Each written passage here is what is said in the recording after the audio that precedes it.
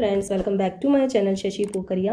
आज मैं आप सबके लिए लेकर आई हूँ बहुत ही अच्छे घरेलू नुस्खों से मिलकर बना हुआ आयुर्वेदिक तेल। जी हाँ, ये जो तेल है वो बालों के लिए मैं बनाना आपको सिखाने जा रही हूँ। इस तेल से आपके बालों में आएगा घनापन, मजबूती आएगी, यानी बाल जो रूट से कमज़ोर होकर टूट जाते हैं उनको ये बहुत अच्छे से सुरक्षित करेगा। इसके अलावा बालों में डैंड्रफ के चकत्ते हो गए हैं, डैंड्रफ जगह जगह स्कैल्प पर हो रहा है, उसको ये बिल्कुल ख़त्म कर देगा। इसका रेगुलर इस्तेमाल आप करेंगे और इंटेक्स में अगर बहुत सारी चीज़ें ऐसी होती हैं जिनको शामिल करेंगे तब। इसके साथ में फ्रेंड्स ये बालों में नई जान लेकर आएगा, चमक लेकर आएगा, ग्लॉसीपन लेकर आएगा, लचक लेकर आएगा।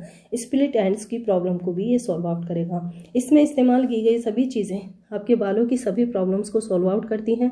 ग्रे हेयर्स और प्रीमेच्योर ग्रे हेयर्स से जो परेशान हो रहे हैं, जो चाहते हैं उनके सफ़ेद बाल ना दिखें, नहीं आए उम्र से पहले, वो भी इसका इस्तेमाल करेंगे तो उनके लिए बहुत ही बेनिफिशियल है। जिनके बालों में कभी भी बालों का घनापन और उनकी लंबाई बढ़ने की दिक्कतों का सामना वो कर रहे हैं तो उसके लिए भी बहुत अच्छा है।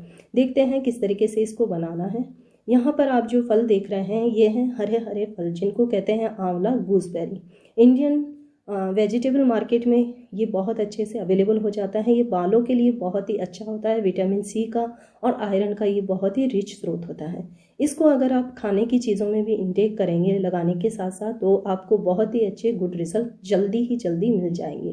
तो यहाँ पर मैंने 8 से 10 पीस करीब ले लिए हैं आंवला के। तो ये आंवला बालों के लिए फ्रेंड्स बहुत ही अच्छा होता है। किसी वे में आप इसका एप्लीकेशन यूज़ करते हैं, बेस्ट टू बेस्ट। करी पत्ता की जो पत्तियाँ होती हैं विटामिन बी, आयरन और कैल्शियम और ये विटामिन ई का भरपूर स्रोत होता है। इसमें इतने अधिक मात्रा में मिनरल्स होते हैं जो हमारे बालों में चमक बनाने में बहुत ही ज़्यादा उपयोगी होते हैं। इसलिए करी पत्ता को जब आप यूज़ करते हैं तो मिनरल्स की क्वांटिटी और विटामिन बी की क्वांटिटी मिलकर क्योर कर दिए हैं हमारे रूट से निकलने वाले सफ़ेद बालों को।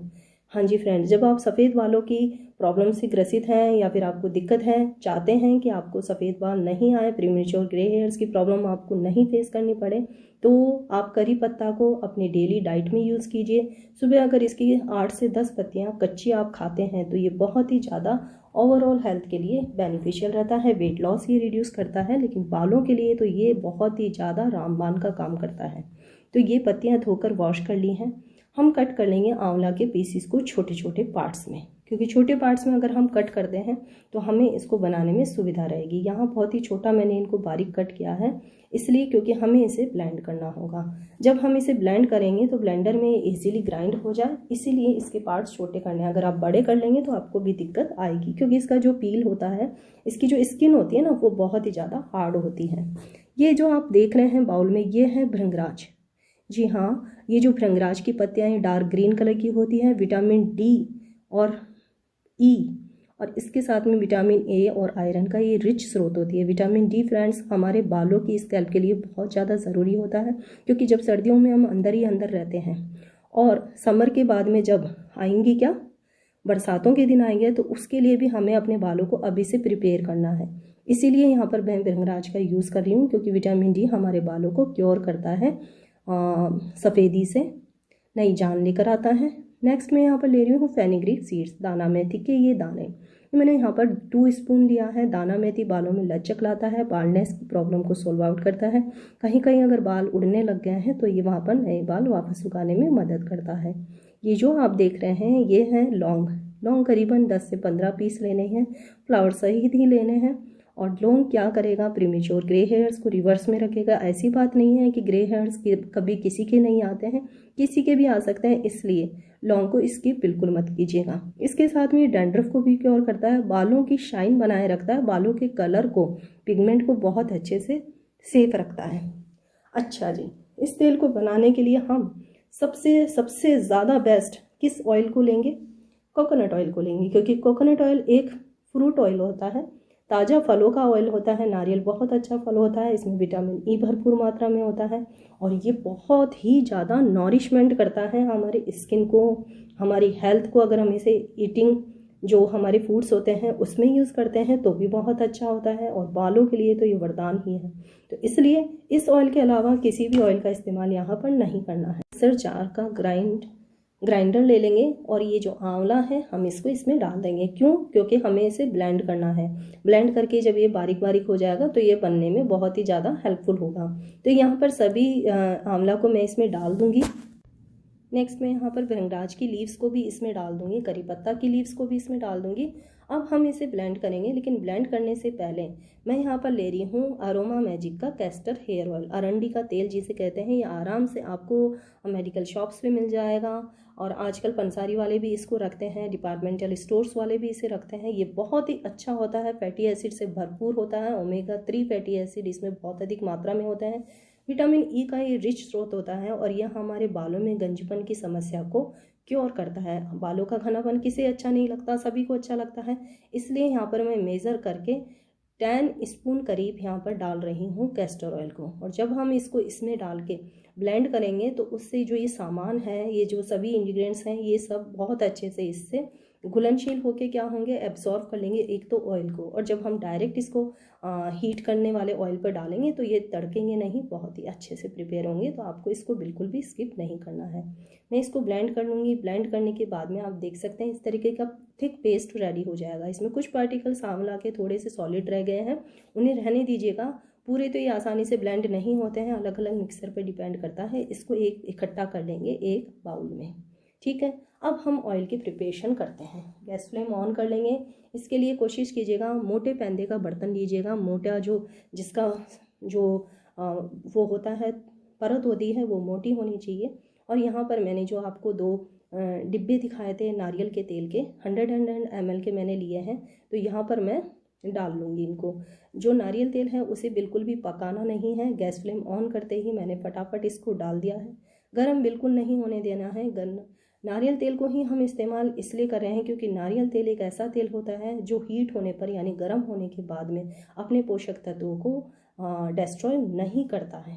ये इस तेल की बहुत अच्छी खासियत है। और किसी भी चीज़ को जब हम नारियल तेल में मिलाकर बनाते हैं ऑयल की प्रिपरेशन में, स्किन केयर चीज़ों से रिलेटेड, तो ये बहुत जल्दी उन चीज़ों के पोषक तत्वों को अपने अंदर इन्फ्यूज़ कर लेता है। तो फ्रेंड्स यहाँ पर मैंने सबसे पहले लौंग डाल दी है। नेक्स्ट मैं यहाँ पर दाना मेथी डाल दी हूँ। और दाना मेथी को हम बिल्कुल भी देखिए पका नहीं रहे हैं, कोई बबल्स इसमें आ नहीं रहे हैं।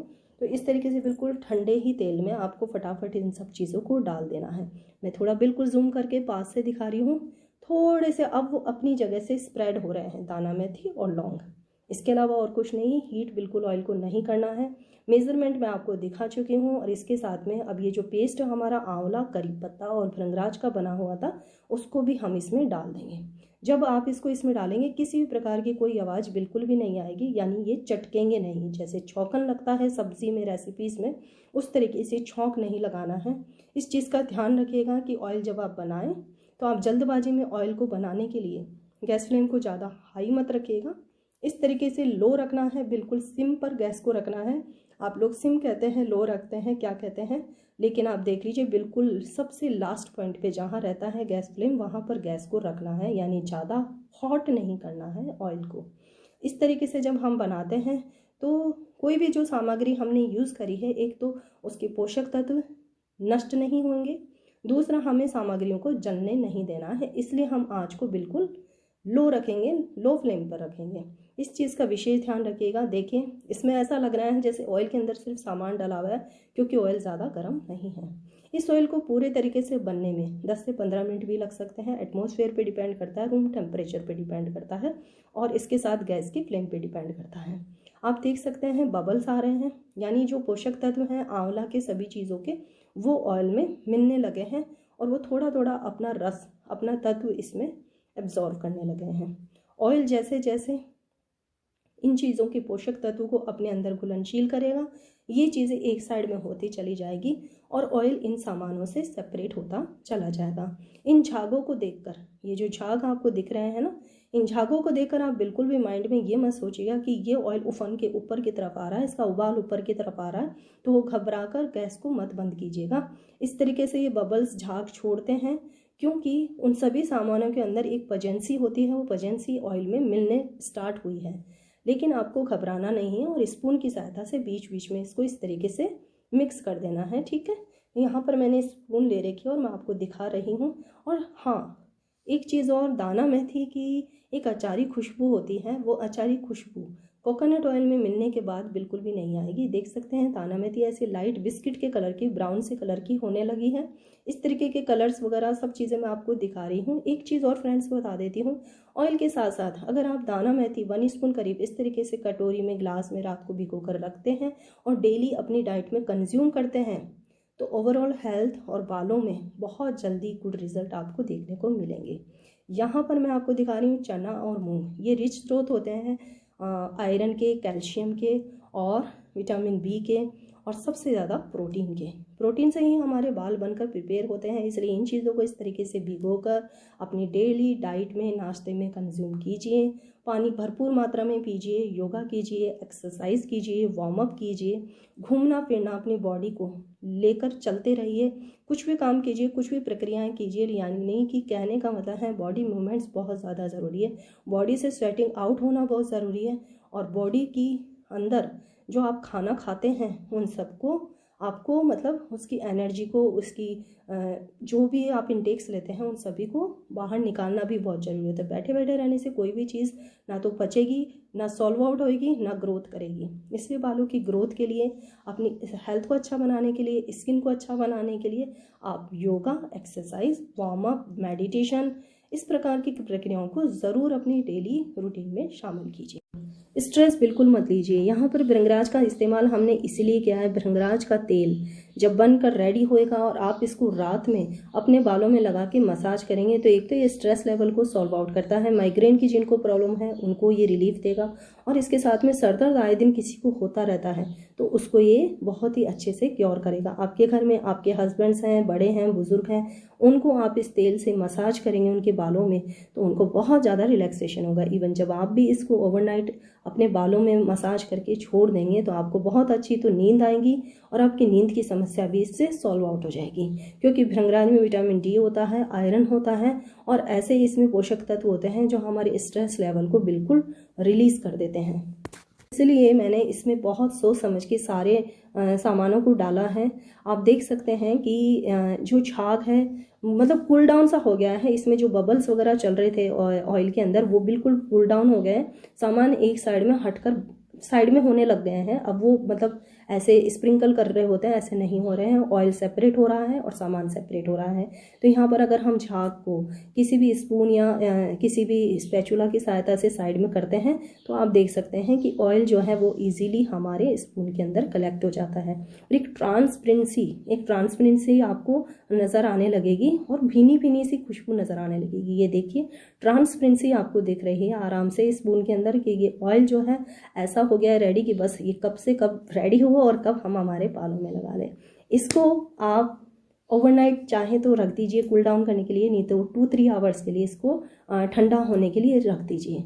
कोई भी छन्नी जो होती है या हल्का कपड़ा होता है किसी की सहायता से इसको ढक दीजिएगा। कपड़े को इस तरीके से ढकेगा कि ऑयल एब्जॉर्ब ना कर ले और सामान देखिए जला नहीं है, लाइट सा ब्राउन हुआ है, यानी सामान सिर्फ पका है, अपनी सभी पोषक तत्वों को इसमें इन्फ्यूज़ किया गया है।